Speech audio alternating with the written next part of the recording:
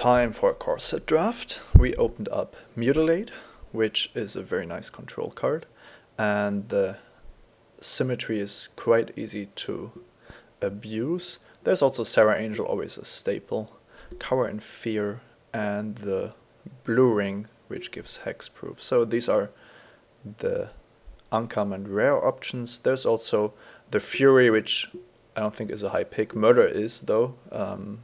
Unconditional removal, always nice to see. Turn to Slag, worse than Murder, and the Servant. So we basically have 4 good black cards, with Murder and Mutilate being the best ones. A very good white card in Sarah Angel, and, well, the Ring could be interesting for blue mages. Turn to Slag is definitely interesting for somebody drafting red. The question is if we can draft Mutilate and then cut black well enough that passing Murder is not a big deal. It's also possible that Mutilate is worse than Sarah Angel, and Sarah Angel would make for a better signal, but I like to try out the rares as soon as possible, just because we aren't going to have that many options to try them. And we can immediately follow this up with a white rare. This is a 6-drop, but I mean, it is how much power? I think something like 9 power for 6 mana, and really helps to control the board. It's also possible that white-black is quite nice in this format because you get all the exalted creatures, so that's something to keep in mind. Now the alternatives are Furnace Whelp, the Beast Tracker as a way to generate card advantage early on, and I believe that the rest of the pack, well, we have a 2/3 flyer for 4, but that's basically not what we're looking for. I think that Captain of the Watch is just so much better than the alternatives that we should pick the rare once again, which is a common theme in core set drafts, but I think that's perfectly fine. We aren't sending the best signals, so we are potentially putting our neighbors in black and or white, so we have to keep that in mind. And we immediately have a pack where we can't continue with our colors. There aren't any black cards, which is especially bad because Mutilate needs to be played in a heavy black deck, and we aren't going to pick up something like a 1/1 first strike for 1. So the alternatives are blue if we want to go control with Essence Scatter and Switcheroo as a pseudo mind control effect, but we could also consider the red cards. There's the Boar and Torch Fiend as aggressive options. Even Centaur Cursor is okay, but I think all of these options are replaceable, while something like Switcheroo is not. Redirect I also quite like, but Switcheroo should be the more powerful card, and it's also quite easy to splash if necessary. If we are going to play a control deck that has some early creatures to stop the opposing beatdown, then it's quite nice to trade it for your opponent's best creature. Now, we haven't really gotten serious signals. This is a very good black-red card, but I'm hesitant to pick up a 4th color at this point. We haven't really gotten any other signals to work with, so we could just go for the exalted creature, which is definitely going to be good in any of our decks, and I like it better than the random vanilla creature. Unsum is also nice, but I prefer to pick up creatures if possible. So I think it's between the Servant and the Lizard here, and the single black card is somehow nicer than picking up a red card at this point. Especially given the fact that if we are able to cut black from now on, then at least our left neighbor hasn't gotten any other cards except for the first pack. Well, his second pack. So here we have Encrust as a blue removal spell, and there's also Ravenous Rats and Sign in Blood. We could even consider Evolving Wilds because we already see that we are quite open in our colors, but we haven't really seen any white signals, and we passed the Sarah Angel, so I don't know if the Captain of the Watch is going to make it in the end. Encrust is probably the best choice, considering that both Ravenous Reds and Silent Blood aren't that great, and we are looking to draft a controlish deck anyway with the Mutilate in our pack already. There is a case to be made to pick up Silent Blood, as we would like to continue the heavy black controlish route, but having a removal spell should be the better card.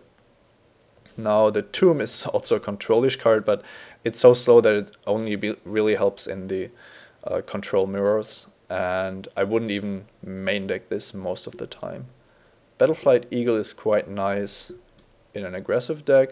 I also think that this card is actually quite nice, but the Cursor is just probably not a card that people pick up early. Now, the power level of this pack is quite low, and I don't want to pick up the Tomb that early, so I think I'm going for the Walking Corpse. It might be correct to just pick the Tomb here, but I also need some early drops, and I want to solidify my black cards. Now this is interesting. The most powerful card is probably Armstealer. It's a 5 mana removal spell, but if you have more goblins, it becomes really good, especially with Goblin Artisan. But for us, it's probably Vedalken Entrancer as a really nice control element in blue decks, and a secondary win condition, which isn't out of the question. So Vile Rebirth looks promising, but it needs a little much to work.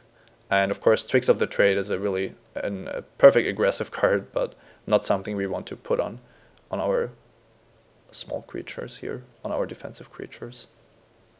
Now, let's hope that this somehow works out. We aren't sure yet. Index and Elixir are just a little weak, considering that we need to generate card advantage. And Negate is a card I like to play, but I will only pick it up if there isn't anything else in the pack. It's not a card I actively pursue. However, Silent Blood and Disentomb can be really good. We don't have a powerful creature yet in blue-black, so I'm going with the card draw spell here. Picking up Silent Bloods means that we are going to want to be on the play. You don't want to cast Silent Blood on the draw, but on the play it can be quite a nice early card advantage spell. I like that the Servant is here that late, which means that we might be able to pick up enough black cards after all. It's a nice blocker. It trades with anything between 1 and 4 mana basically, but the Exalted mechanic is also really nice to go on the offensive later on. The Benediction is still in the pack, but not something we want to pick now, I believe. I think we're going with Harbor Serpent, which is actually a nice finisher, and if we don't pick up any rare or uncommon finishers, then this might be our 6-drop of choice.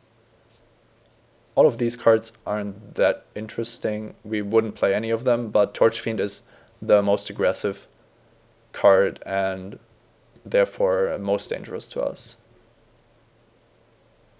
And here we have Ranger's Path and Revive.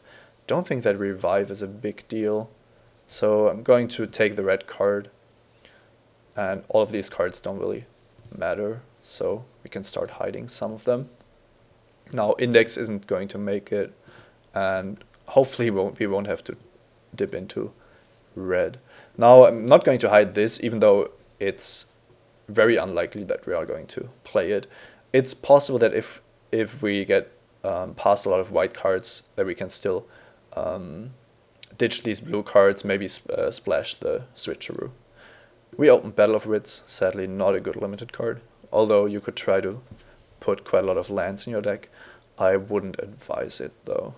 Now, the problem is that this is basically the only card in our colors, which is, well, it can be quite powerful, but you're paying 4 mana for a 1/2, and that is just going to be very expensive or not something you can afford tempo-wise. So your deck has to really make sure that the board is relatively clear. But Tormented Soul is basically unplayable in our deck, and Harbor Serpent is not something I want, especially considering that we already have one. And the Archaeomancer at least has the chance that we pick up some more good spells to return, and then it's another card advantage, source of card advantage. The alternative would probably be splashing Divine Verdict, but I don't like to pick up a splash card here, so we are going to take the Wizard. Sadly, there's also some good cards in Acidic Slime and Volcanic Geyser, but, well, we can't really change that. So let's see what these packs have to offer. Here we have a land to splash red with. Same goes with the Gem of Becoming. We can get some more lands out of our deck, which is not something to be underestimated, but it's going to cost you a lot of time to do so. So I would be rather careful with that. Rise from the Grave is a very nice effect to get the opponent's best creature once you've handled it, and which is something which can replace late game options of your own. So it's a really nice card. The question is if it's better than Giant Scorpion. As a cheap Death Touch creature, it's a perfect way to stop the opposing aggression. Given that there's also a Servant, it's possible that we can wheel either the Servant or the Scorpion, and even an Unsum wouldn't be the end of the world. So, especially now that we have the first Mancer, I think it might be in our interest to pick up instants and sorceries a little more highly. And I'm going with the Rise from the Grave. I hope that it's still good in M13. It used to be pretty good in the last core set, so I think it's worth a try. Now this is the pack with all the spells: Divination, Unsum, Negate, and Mind Rot. We are most likely getting one of them back. I would play Divination and Negate. Mind Rot probably not, because we would allow our opponents to discard his weakest spells or his excess lands, which is not something we want to actively do with spells, but just with our deck setup. So even though it's not an instant or sorcery, I think we are going with Crippling Blight here. Early board control is going to be crucial for the kind of deck we are looking to build. So there's also not any alternatives here, I think. This pack looks like we are definitely going to get a card from it. A Haste Exalted creature is actually quite powerful. It attacks as a 3/3 and then it grows depending on how many servants we have. But I believe that our deck needs different cards to work with. I really like Jace's Phantasm. It's going to turn into a 5/5 flyer, but it's also a 1/1 flyer in the beginning, so you can trade it with Welkin turns, for example, or maybe also like certain X1s your opponent is playing. So one of the key cards for control decks are stuff that impacts the board early, but turns into a threat later. So this card is actually very powerful. I hope it is, at least. So let's see. This has the potential to lock people out of the game, but it's, well, we aren't going to attack our opponent's life total very efficiently, so it's not something I'm interested in. We also have Liliana's Shade, which is quite nice, but only a 1/1 for 4, so kind of hesitant to pick that one up. Kraken Hatchling is an underestimated card. It doesn't interact very nicely with Sign in Blood, but would be another nice way to stop early aggression.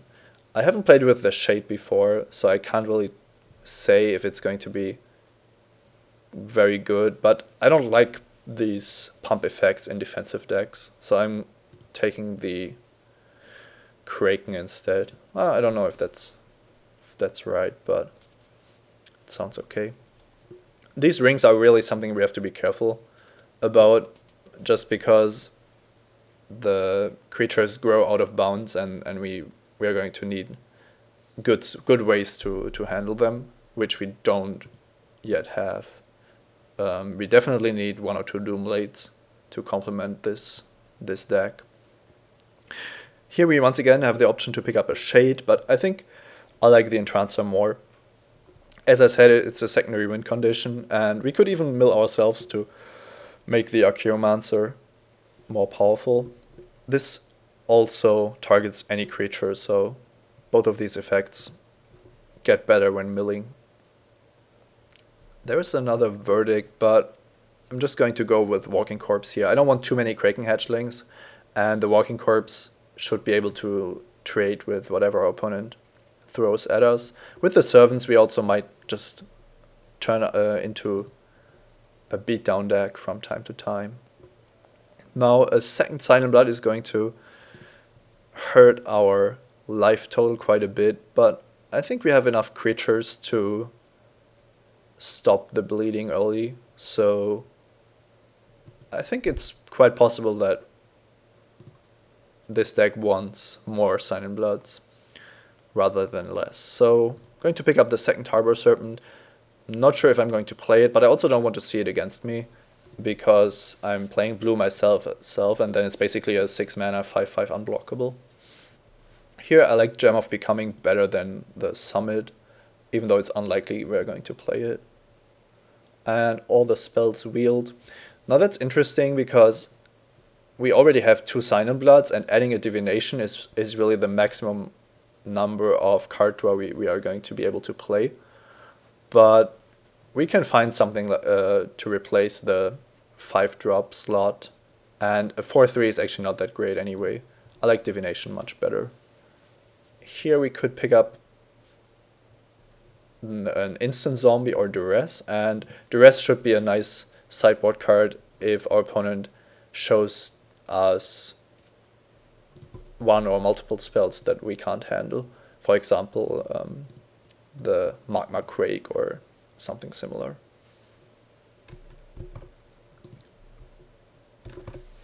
Let's see what pack 3 has to offer. Spell Twine is not really interesting. This is the green ring, but there's also a Vampire Nighthawk, and Vampire Nighthawk is probably the best card for us. We could hope for the best outcome we could hope for, I guess. There's a Crippling Blight which we would play, and Essence Drain is also very interesting for us to compensate for the life loss of Silent Blood. But Vampire Nighthawk just does all of that at the same time. It gives us back some life, it destroys our opponent's best creature, it comes back from the grave if we need it. So I think that's really not much of a decision. This was one of the most powerful cards in Zendikar Limited, and I expect similar things in this format. Now this can't block, but it returns from the graveyard. Okay, not something that sounds too interesting. This is the Black Ring, but which is a powerful effect, and putting it on something like Vampire Nighthawk is definitely very interesting. Just that the way our deck is set up, we don't want to play too many creature enhancing cards, and even something like Mark of the Vampire is an effect which opens us up to quite a lot of removal spells and ways for our opponent to generate a lot of tempo and or card advantage. So I'm really hesitant to put cards like this in our deck, given that we only have a very few amount of cards on which to effectively put it. I think our best options are either a third Servant or a Searing Spear to splash. I don't like to pick up a splash card this late in the draft. We haven't picked up any fixing, so going with another Servant here. Wit's End is not a good card at all. Arctic Haven, very nice if you can support the white. Water Cursor could be a nice option, but there's an Essence Drain in this pack. We only have 2 5-drops yet, and it's great with cards like this, also to give us back the life as previously discussed. So that's an easy pick. Next up, Gilded Lotus, really nice card, but our curve looks very normal. There is no need to accelerate into any kind of 7 or 8 drops, and our mana also doesn't need the fixing. So I think this is between another Phantasm, Blood Hunter Bat, and Augur of Bolas. I think the Augur is a little too weak, probably. We didn't pick up that many instants or sorceries after all. We might be best off with Bloodhunter Bet. Once again, because it's going to make our Sign in Bloods less painful. And I like having one Jace's Phantasm, but playing two seems kind of risky. If you draw both and they are both weak, it's pretty bad. And if it's the other way around, it's kind of an overkill. So I like to diversify here. And we can also use another blocker in the air. Maybe we can even trigger the bet multiple times. Now, our creature count is at 14, and that counts everything we have here. And some of them are not really the best fighters, so we could definitely use some more creatures, which means that Mark of the Vampire, once again, is not going to make it. I like Welkin Turn for curve reasons, even though it's never going to be able to block a ground creature. So this is where we need to see if we want one of the better 3-drops or the 2-drops. Looking at our curve, we don't really need another 3-drop creature, so I'm going with Welkin Turn here. It still blocks the evasive attackers our opponent is going to present us, and having some kind of creature that also damages the opponent is never going to be bad. And if our opponent really is so aggressive that we need every creature to block, then we are going to have to board it out. But it wouldn't help us much if we had another 3-drop instead, especially because Winddrake is also best at blocking flyers and not at blocking ground creatures. Here I like Duty-Bound Dead and Public Execution. I think Public Execution is a great card. It would give us, or it gives us, a general way to deal with almost any creature, and we can also use the effect to, well, blow out an unwary opponent. I think that's an easy choice. And here, I believe we should find room for a Ravenous Rats. I also like Disentomb now that we have the Nighthawk, but I believe it's probably a little too weak. Also getting this back is cute, but probably not good enough. So I think with one Rise from the Grave effect, we don't really need this. We might even table one, but Ravenous Rats would be a 16th creature, a turn 2 blocker, and a way of shortening our opponent's options, which I like as a package. Now, this is between Disentomb and Duress. Let's pick up the Disentomb and see if we maybe manage to fit one in. A third Sign in Blood is not what we need. Also, Zombie Goliath, while good, is not something we need to rely on. So I'm going to pick up a second Crippling Blight. We don't have that much removal, so I think that's a good card to have. Okay, if nobody wants the Mark of the Vampire, we can definitely pick one up. And here it's between Kraken Hatchling and Essence Scatter. I like how Essence Scatter is good on turn 2, but also later on in the game. We already have a Kraken Hatchling and quite a lot of turn 1 and turn 2 plays. So the card that's good on turn 2, but also later on, should be better. Jace's Phantasm seems like it should always be better than Zombie Goliath, even though 10 or more cards is quite a lot, so maybe I'm overvaluing the Phantasm. I'm going to pick it anyway. And that's it for the drafting. Let's see how we can make this Mutilate as good as possible.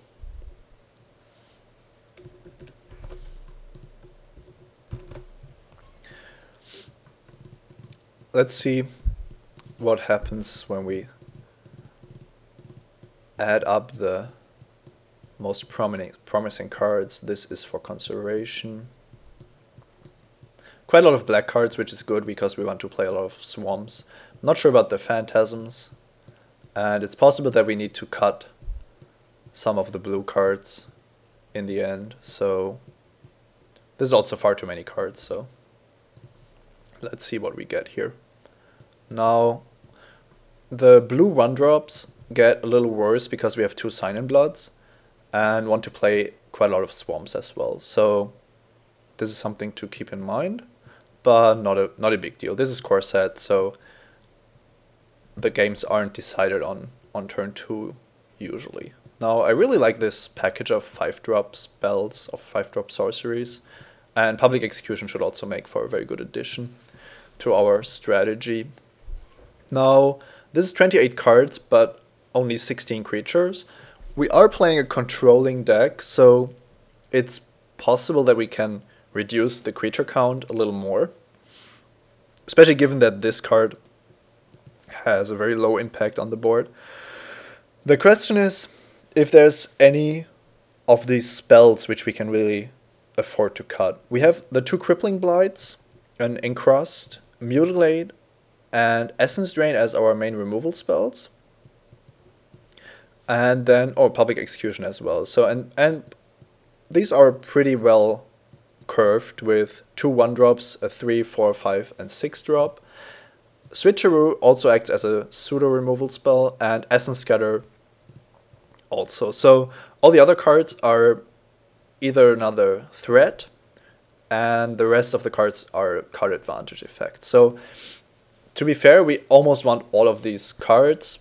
It's possible that 3 card draw spells are a little too much, just because we won't have that much tempo to work with. Now, one way to build this deck would be to keep all the spells in the deck and to aggressively cut creatures, which would start here, and we would then have to see how our main game plan is going to look like. So we need at least 1 Harbor Serpent as a win condition, and also if we play 3 card draw spells, we are going to end up with 5, 6, 7, 8 mana. So we need multiple ways to use the mana. I really like the Entrancers in this kind of deck as blockers, but also as a win condition, which we don't really have right now. So I would really like to keep these in, which means that then we basically need to either cut Walking Corpses or Servants, and our deck looks kind of slim then. So I think Bloodhunter Bat is too strong to not play, especially considering that we don't have expensive creatures after that. So one possible build would look like this. I think Ravenous Rats should be better than Walking Corpse.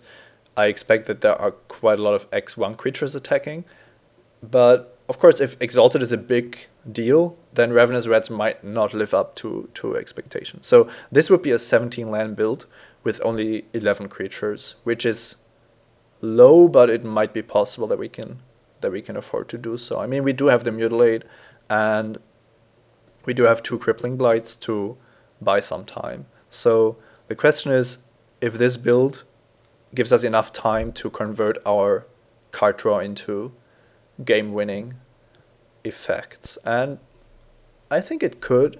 The Switcheroo is kind of bad, given that we aren't playing that many creatures. But I don't see how we can fit in the Jace's Phantasm without weakening our overall strategy. So this is the main point we have to make. Now, an alternative would be to play more creatures and to basically not play all that much card draw. These are the cards where we can actually cut from, and it would maybe even enable us to play Mark of the Vampire as another way to run away with the game. So we would definitely be playing the more defensive creatures we have available. I don't like the Vampire very much. So, and then maybe a Phantasm, maybe a Welkin turn. But let's look at the other example where we cut all the card draw with the reasoning that we don't really have all that many expensive cards. So if we look at 3 5-drops and 2 6-drops, then we are usually going to get there with a 17 land deck, or we might even play 18 lands because we have more space after cutting these cards. So this, and we wouldn't have to worry about the life loss from Sign in Blood that much. This is the build that looks more promising against aggressive decks because we have more early blockers, we don't deal damage to ourselves, and we are still able to keep up with what's happening on the board. I also like the interaction of Mark with Mutilate now that I see them next to each other. So we really have two very strong options here. From what I believe this set and this format to be about, I would think that this gives us a stronger deck because we won't be wasting our time with card draw.